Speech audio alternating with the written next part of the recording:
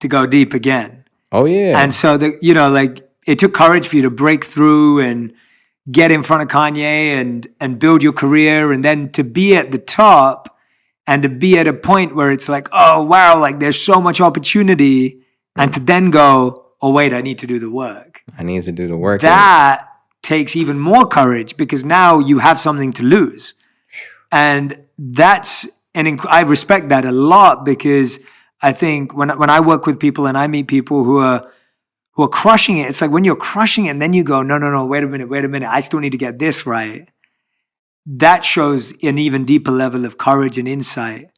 And the fact that you were able to take that step back, what made you comfortable and confident that you had to seek out help? Like your mother was obviously sending this email to Marie Diamond. When were you like, okay, I need to find a coach, a guide, therapy, like open myself up to other ways to help? Because you'd done it fairly yourself and through books. Mm-hmm. But then all of a sudden it's almost like, oh, you need to need more. Yeah, yeah. Because it's an ongoing process. Yeah. It's an ongoing journey, right? I had no choice. For me, it was, I couldn't get through the day without feeling terrible. Mm. And when you get to that point where it's hard for you to just do anything, I knew my perspective was off. I knew I did, and I sought therapy too. Mm-hmm, mm-hmm. I saw a therapist. I was spiritually working on myself, and it was just the perspective, bro. I used to look at things like, oh, I got to do this today. I got to do this. I got to do this podcast. Oh man, I'm like overwhelmed. But now it's like, I don't got to do that. I get to do it. Mm. I get to do this. Mm. I get to live this. I get to wake up, man, and see this. Well, we lost Nipsey Hussle. Yeah. We lost, my mom's best friend just died. I've lost people close to me, and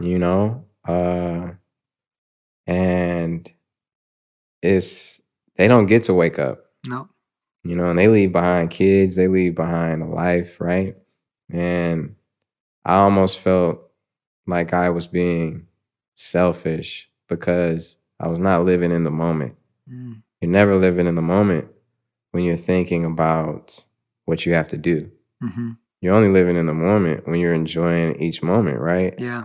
And one of the things that I've learned, dog, is like holding on to grudges. That's not living in love. You know what I'm saying? Like, love doesn't hold grudges. You hold on to grudges. Your ego holds on to grudges. Like, you got to just move with love and live in the moment. And when you do, everything is a pleasure.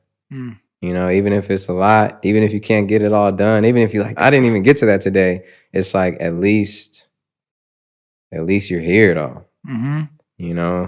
I love that switch of what you said from I've got to do this to I get to do this. That's a beautiful switch in the mindset, man. I think so many of us are always, I got to do this next. I got to do. I think that is such a great. I'm going to remember that forever. Like, I hope so. I hope people really understand that, because even if you're down bad, to everybody who's down bad right now, who's watching this, who has no money, right? Even if you don't have even if you're homeless, right? Even if it's the worst situation, you don't have a cent to your name, but somehow you're seeing this, just remember that this is your opportunity.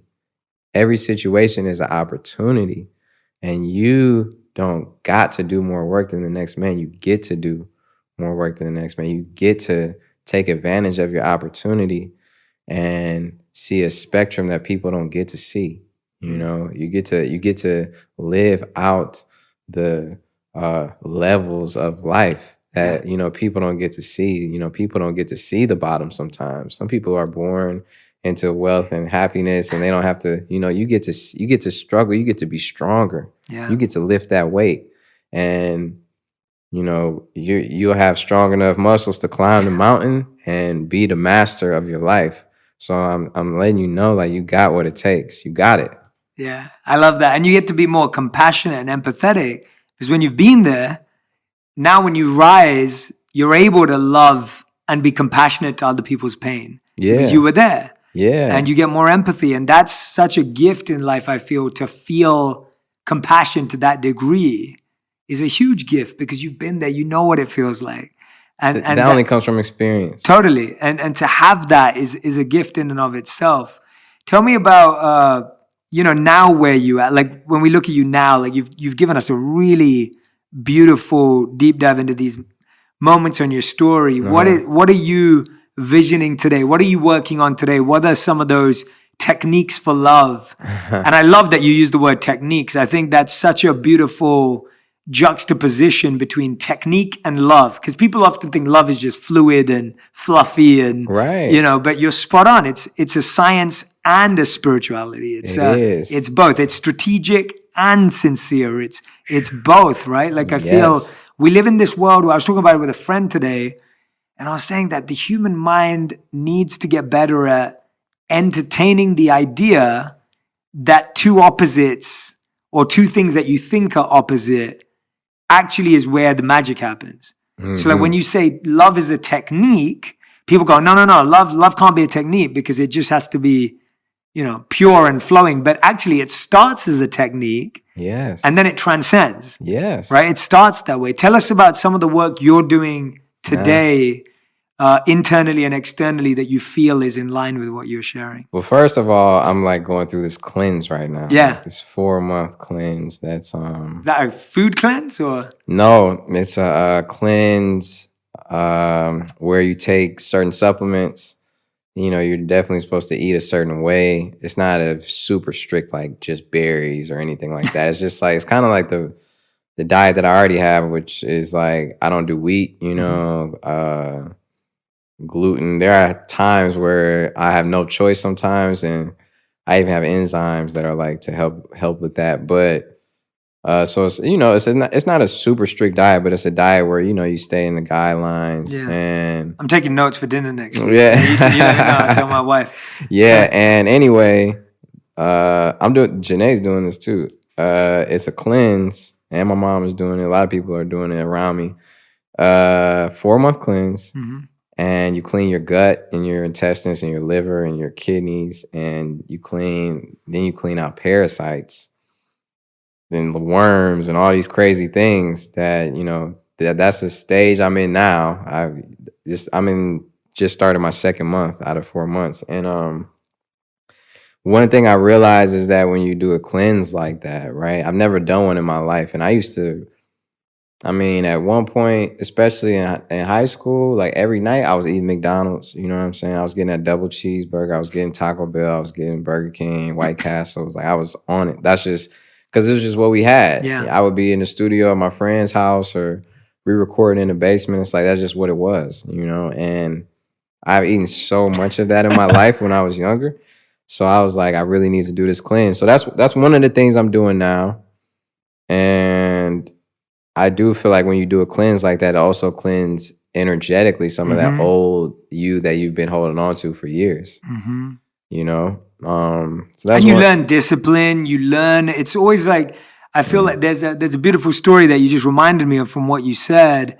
It's in a book called I think it's called The Zen of Archery. So it's about archery, and a student comes to an archery master, a Zen master who's also an archer, and goes, I want to learn archery.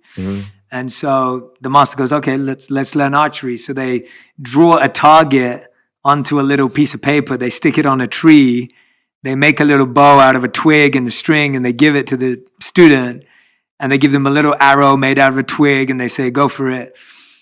And the person just starts like shooting twigs and they're missing. And then the master says to the student, what is your goal? Like, what's the goal? And the student says, my goal is to hit that target, the bullseye, to hit right in the middle. Right. And the master says, so you're telling me that your goal is to shoot a twig into a piece of paper? And the student's like, yeah, isn't that what we're doing? And the master says something beautiful. The master says, that's your target.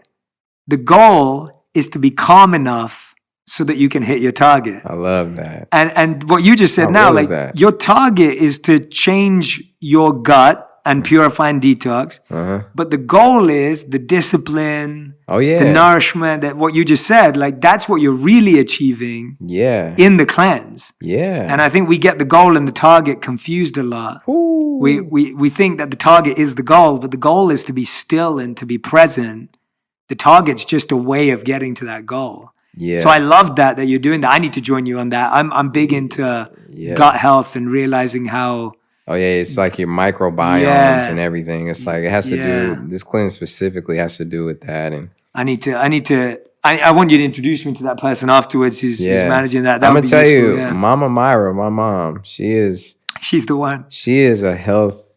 Everything I've ever done with health. Let me tell you another quick story about health, real quick, please. And then you don't have to include this if you don't want. No. I had a real bad injury on tour with my knee. Right. Went to the doctor. And the doctor was like, man, we're going to have to put screws in your knee. Your cartilage is completely torn down and your bones are rubbing together. I could barely walk.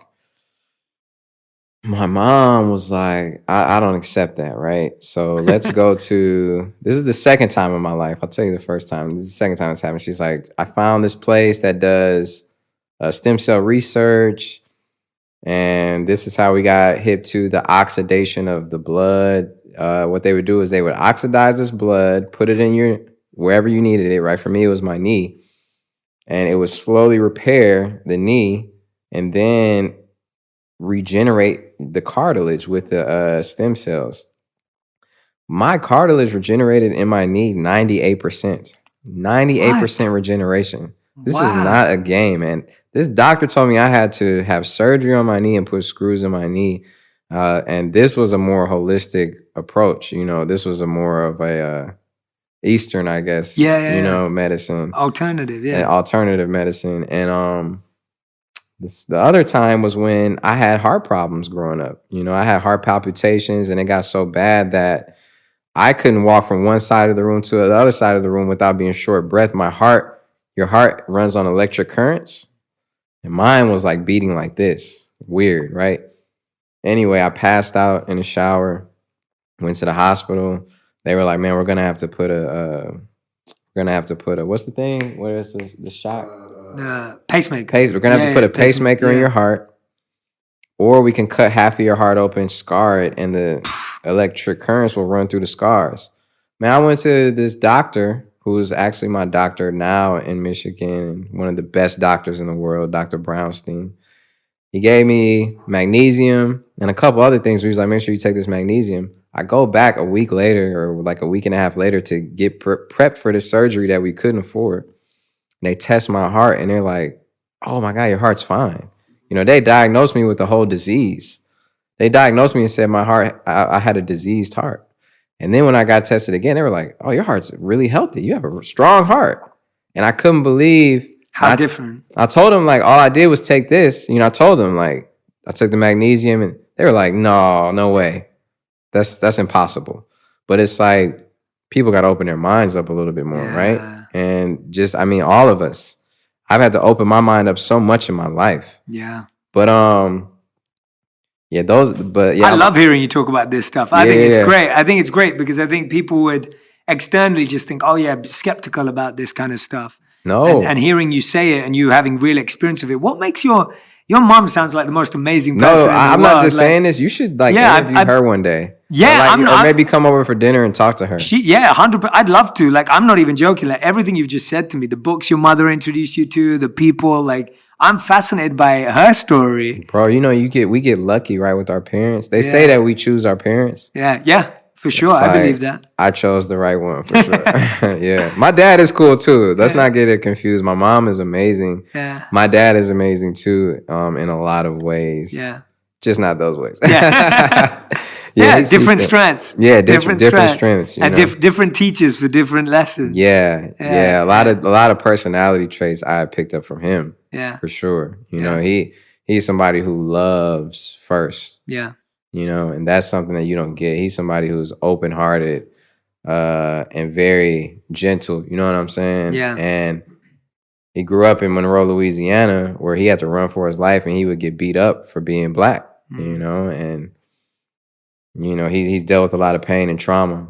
And one of the things that I inspired him to do was go see therapy, and that was one of the most emotional moments for me, because it was like, I know him and my Uncle John as black men growing up in Louisiana and all the stuff that they've been through, you know, my dad told me he felt like I didn't know that, you know, he was like, I didn't talk to you about certain things because you know, guys aren't supposed to talk about certain things. We're not supposed to open up about that. You know, as crazy as that sounds, right? Because it's different now. Totally. People are more comfortable talking about mental health now. People are, you know, there are discussions. There are people who will relate, right? Yeah. But that really was a stigma. That really was 100%. something that you couldn't talk about. 100%. You know, and it messed him up. Yeah. Yeah, he's still working on that right now. Totally. I mean, can you imagine holding it in for that long and not feeling you can share it and being told you're not allowed to feel that as a man? And I mean, there's a lot of toxicity that comes with that. Yeah, and getting beat up. Yeah, I mean that. Yeah. You know, he said he would run for his life sometimes, man. Like to make it past these train tracks. It's crazy, man. That's insane. That's intense. Yeah. But that's something that it sounds like from your journey, you haven't experienced, like that's not something that you've seen that through his experience. Yeah, it's all in my blood though, right? Yeah. It's like my grandma's not with me anymore, but she was a female black captain in World War II. My grandma, that's insane. Like that's in my blood. Yeah. You know, my mom's blood is in journey. me. It's all in me. My other grandma had to pick cotton. My dad's mom, she picked cotton for a job. You know, and my granddad's aunt was born a slave. That wasn't that long ago. Wow. My granddad died when I was in the 7th grade. His aunt was born a slave. So that goes to show you it's not that far removed. It isn't. Right? Yeah. As I have on my Black and Proud shirt. Yeah. I love it. Yeah. No, but I love how you're explaining the story of your background and each person in your history. And you're spot on that, of course, they made you. So all of that is part of your story. Yeah, just like your parents, you know what I mean? And just like everything. Yeah, and absolutely. You know, your ancestors, like they are really a part of us. For sure. They really are. For sure. You know, and I had to accept that they guided me, and that when things don't work out, it's because they are working out better than I could even imagine. Mm-hmm. You know, when it doesn't go the way that I planned on it going, whatever it is, it's not that it's not working out, it's that it's working out better than I can even comprehend. Yeah. If my plans worked out the way I wanted them to work out, my life would be lame compared to what it is today. You know? Yeah, you wouldn't even be you. No, 100%. I wouldn't at all. Like I think about if my plans worked out the way I wanted them to work out, my life would be nowhere near as good as it is. No way. And that's the thing that we hold on to our little plans and we keep chasing them and we keep thinking that they're the only way. And so when a new opportunity or a new portal comes up, we're scared of walking through that portal. But that portal is our greatest journey. I know. And you've taken it and now you're sharing through your music. I read that Rolling Stone said your latest album was like a self-help book. Yeah. And I was thinking how amazing that your journey and study of so many powerful teachers and books and your own work and your own growth journey, your own purification, and now you're sharing it through music. Do you feel now that you're at a place where your music is allowing you to share all of that even more than ever? Or tell us about that journey with music, because your purpose is to change people's lives through music. Yeah, my purpose is to inspire, you know, through anything I do. Yeah. So whether it's music or a book, right, which I haven't written yet, but it's coming. I've been thinking about it. You have to. Yeah, it's something that I wanted to just look back on my life and be like, I did all I could in a moment when people not just like me, but just people whoever needed it, and, you know, at least I said it, because it's a lot of music out there. Yeah, it is a lot of music out there. There's a lot of music that sounds the same out there. There's a lot of music that sounds different too. Yeah, because it's just tons and tons and tons of music.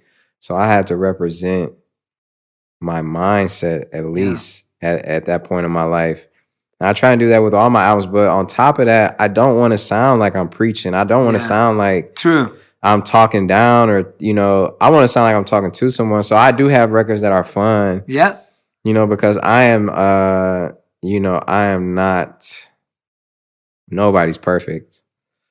You know what I mean? Yeah, me included. All of us, none of us. Yeah. So I one of the things that I realized is that, okay, I got to make sure I have the balance of having fun in my music. Yeah. You know, and my next album won't sound like my last one. The one before that doesn't sound like the next one. It's always changing up. So it's like a picture, right? It's like you can like, okay, this one I'm gonna really paint what I'm going through right now. This one I'm just gonna completely talk about last night when I got drunk. You know what I mean? Yeah. It's like it comes from all different inspirations. I love that. Yeah, I found that even, and you're reading Think Like a Monk right now, but when I was writing that, I wanted to share my weakest points as a monk. Mm-hmm. So there's not many examples in there where I share the best days. Yeah. I share all my worst days. Yeah. I share my worst meditation. I share my biggest criticism that I had of people around me.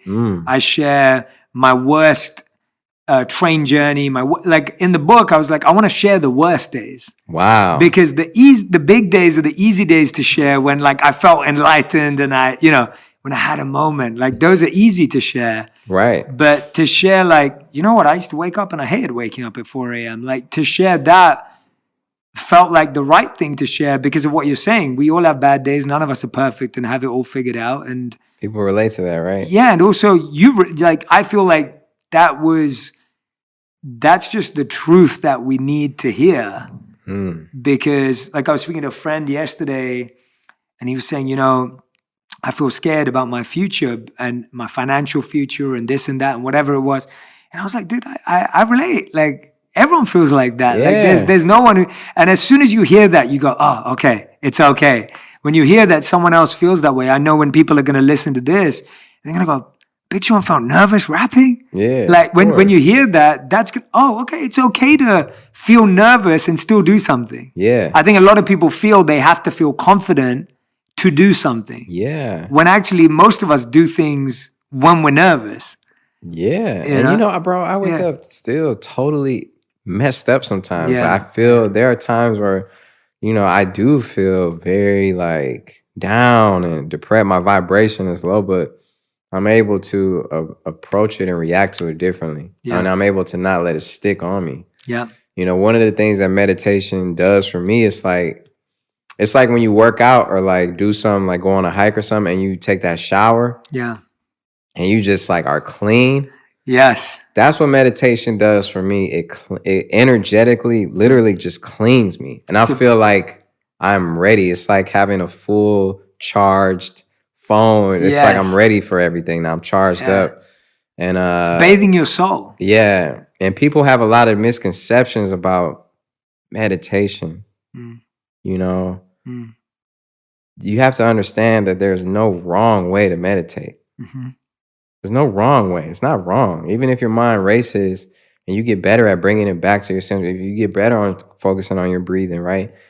You can't do it and think you're doing it wrong because there is no wrong way to do it. Mm-hmm. You're going to get into a groove the more you do it that works for you because it's for you. It's not for everyone else. This isn't like something you get great. It's not like a math test. Meditation is a personal, moment that you share with yourself, and that brings you in the moment. And your mind does race, right? You think about things, you may visualize things, but you come back to the moment. So meditation for me, that's what it is, you know? And that's one of the biggest misconceptions. I go to these studios, I'm talking to like, I could be talking to Lil Wayne. I could be talking to like, I've definitely been in studio sessions with people like my brother Wayne and being like, man, like, so you taking any vitamins or like, what's the, I'm not even playing like, and they look at me crazy sometimes, but it's just like, I do care. I love that. I love that guy. Yeah. I love my brothers. I'm in the studio with Hit Boy, who's one of the greatest producers. Right. And, I'm telling, he's like, yo, help put me on. Like, I'd be telling him what I'm doing. He's like, yo, I want to get into that. Like, and there's no wrong way of doing it. I just want to put that out there. There's no wrong way of doing it. I love that you're an ambassador for meditation. It's awesome seeing you talk about it in such a genuine way. And I love what you just said, that meditation is not a math test. I mean, that is the problem with the conditioning, that everything's a test, everything's right or wrong, everything's, and you're so right that you just have to let go of that. When I'm sharing meditation with people, often I find that, especially if they're musicians, it's like they want to get the music right or the sound right. But it's free of that. Like meditation is, I mean, I'm tone deaf, and you know, Yeah. and I can't sing to save my life. I love Right. music, but I can't sing to save my life. But it's meditation's beyond that. Like it's beyond the mental, verbal capacities that we have. But It is, and that's one of the things I do. Write stuff down. yeah, Since 2019, though, I've also been like, let me do one thing every year that's gonna change my life. ooh, You know how people have like New Year's resolutions. So in 2018, that's when I started really taking better care of myself, right? So I was like, 2019, my number one goal is to take care of my temple, take care of my body, take care of my mind, body, because it's connected, right? absolutely. So I was like, I'm gonna work out, and I transformed my body 2019.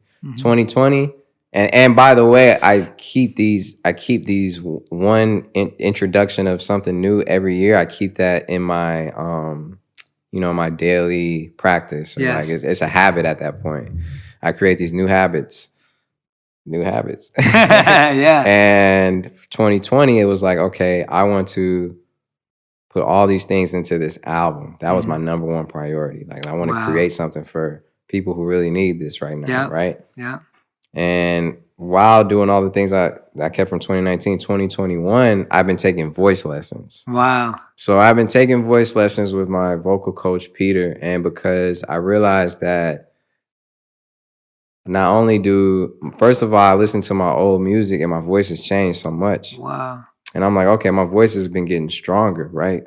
So I'm going to strengthen my voice because I can harmonize. I can sing, not for real, but I do feel like I have a voice that's hidden in me a little bit, right? Yeah. To not only sing, but when I strengthen my voice, I also feel like it strengthens my voice figuratively. And so I started that in January this year, and it's been helping me a lot. It's just been strengthening a lot of other things because really your voice, this chakra right here, for sure, has been getting strengthened, you know, and this chakra, which is your solar plexus, and it's just been strengthening here for me, you know, and meditation really strengthens here for me, and it also strengthens my roots, my root chakra. My third eye chakra, my crown chakra, a lot of that. But I needed work on my throat chakra, my heart chakra. That's another thing that I've had to work on. So that's just one of the things I'm doing. I love it, man. Yeah. I'm feeling, first of all, I'm feeling very grateful and humbled for the generous time you've given me today. Yeah, I've been having fun. I'm feeling totally, I've learned so much, and I feel so inspired just sitting here listening to you speak and hearing about your journey in detail. I mean it. I'm being honest. I genuinely do. And Homer knows I don't say that all the time. So, he can vouch for me for that. Yeah. But I mean that because I can see how much genuineness and how real this journey is for you, and hearing about your mother has blown my mind because I'm thinking, wow, what a mother, to have that. Yeah, she's amazing. She's amazing. It's really beautiful and special. But we end every one of these episodes with a fast five. Okay. You may have seen Janae do this. So this is final 5 questions where you have to answer it with 1 word to 1 sentence maximum. Gotcha. So it's tight, and it's tight. You're dropping the bars already, so it's easy. It's easy for you. All right. Yeah. So the first question for you is, what's the best advice you've ever received? It can be a sentence, of course. Experience. It's the best advice I've ever received is experience. That's a great answer. We never had that before. I love that. Okay. What's the worst advice you've ever received? You know what, Jay? Yeah. It's like I block it out. Yeah, you don't even remember I don't hold on to it. Yeah. I've gotten terrible advice so many times. I can't even remember. But you can't even remember it. I love that. That's a great answer, man. Yeah. We're good with that. Okay. Question number 3. What's something that you know to be true, but you feel other people might disagree with you on, or they're not there, like they don't fully get it yet?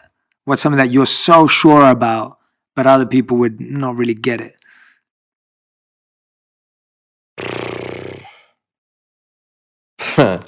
I can make a list. Meditation. Yeah. Mention past life. Ancestors. Yeah. Guiding you. past life, blocks, removing blocks. That's a lot. Yeah, it's a lot. That's good. Yeah. Question number 4. What's the biggest lesson you learned in the last 12 months? The biggest lesson I learned in the last 12 months. You can't kill your ego. Tell me more about that. That's something we should talk about. People always talk about ego death, and you can't kill it. Why would you want to kill a part of yourself anyway? You have to just know how to work with it and how to treat it. You know, people always say your ego is the most childish part of you. But then I also hear that children are the most spiritual beings because they have no restrictions that have been set on them. They're just purely right from the source, right? Yeah. So there has to be a connection between the two. And I think your ego is an unfiltered part of you that is easily affected and very emotional and very sensitive. And it's something you should embrace. Yeah. Instead of trying to get rid of it, lock it in a room. You embrace it and recognize it for what it is. And when you do, and when you nurture it in that way, I think it won't be as dramatic of an outlash and as damaging to you. If that makes any sense. That makes sense to me. Sometimes, well, when I was listening to you, what I was thinking about was sometimes your ego just needs a big hug. Like when you just embrace it. That's what I'm saying. You know, and I don't feel ego from you today, you know, from the moment you walked in to meeting my team. And, you know, it's like, I don't feel a sense of arrogance or bravado in your presence at all. Thank you. Which just shows that you've just embraced it. You get it there. And I like that. That's what came to my mind when you were speaking. And also when you were talking about children, I was thinking, we want to become more childlike and not childish. And I think that's what you were saying there. Like being childlike is great. Like childlike is like fresh, new, but being childish is like tantrums and, being, just being childlike is like not putting any ceilings on yourself, Yeah. One of the things that we do as grown-ups is like, oh, that sounds a little crazy. When you're a kid, you're like, man, I want to be an astronaut. Yeah. I'm going to climb that tree. I want to do this, I want to be, and it's like they do it. Yeah. To their capacity, but that's something we lose when we grow up. So I love that childish versus childlike. Yeah. And that's the same as being selfish and self-care. Yes. And I used to get those confused. And that's one of the reasons why I felt like I probably I burnt myself out as far as like trying to do too much, is because I thought that it was selfish of me to be like, oh, I need to take time for myself. Yeah. Instead of doing this work I need to do, I'm going to get a massage tonight. I thought that was selfish of me, but that's not selfish. That's self-care. That's self-love. And you got to know the difference between the two. Absolutely. Selfish is when it affects the people you love or people around you or certain people in a negative way, right? You're doing something for a wrong reason, but when you're just taking care of yourself to be better for those people, then that's self-care. Yeah, I love that. That's such a great definition, and I just hope everyone who's listening and watching to this, I hope you're taking notes, because that differentiation can actually change your life.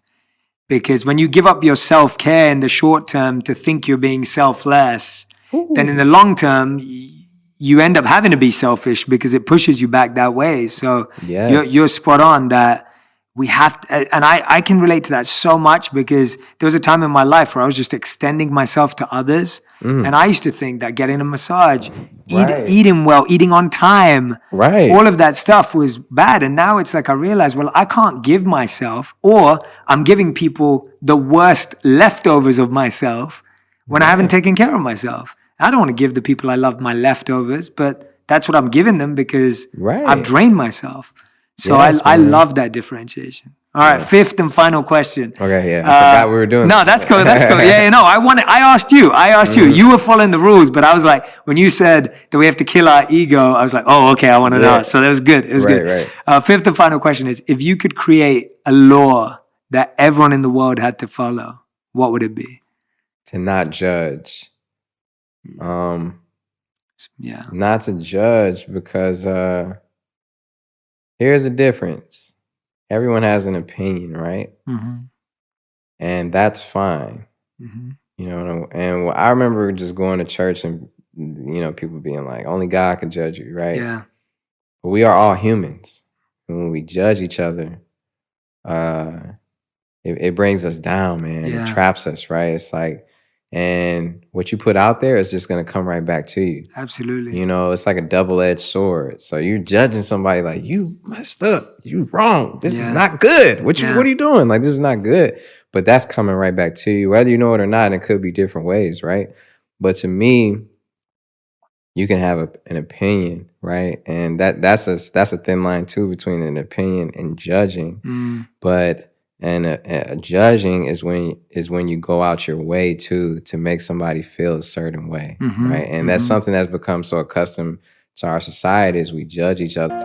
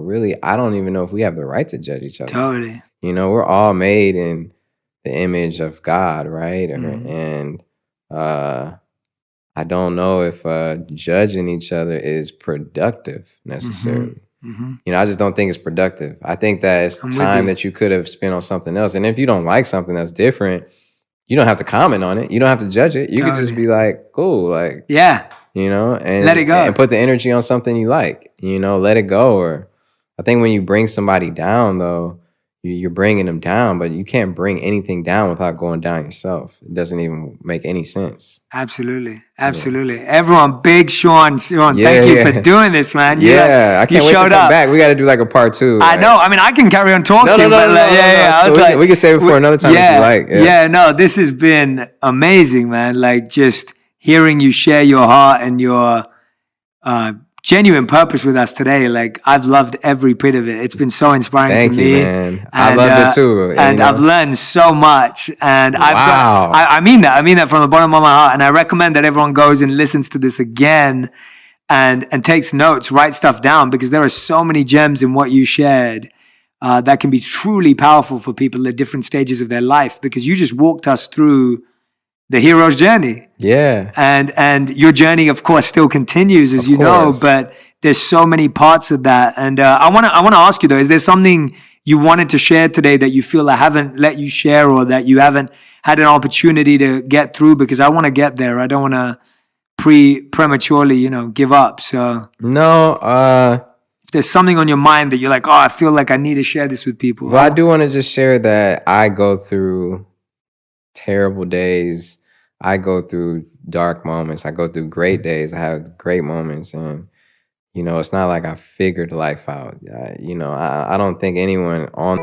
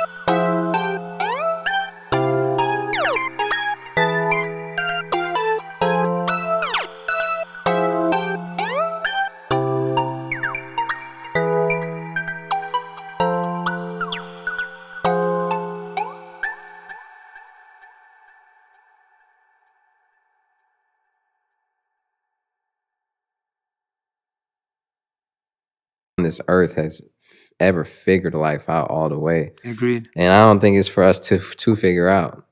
You know, maybe there are other purposes for it, but I just want to put that out there and say that, you know, you're not alone. Like whoever needs to hear that, like you're not alone. You know, obviously Jay Shetty got you. I got, like, we're all in this together.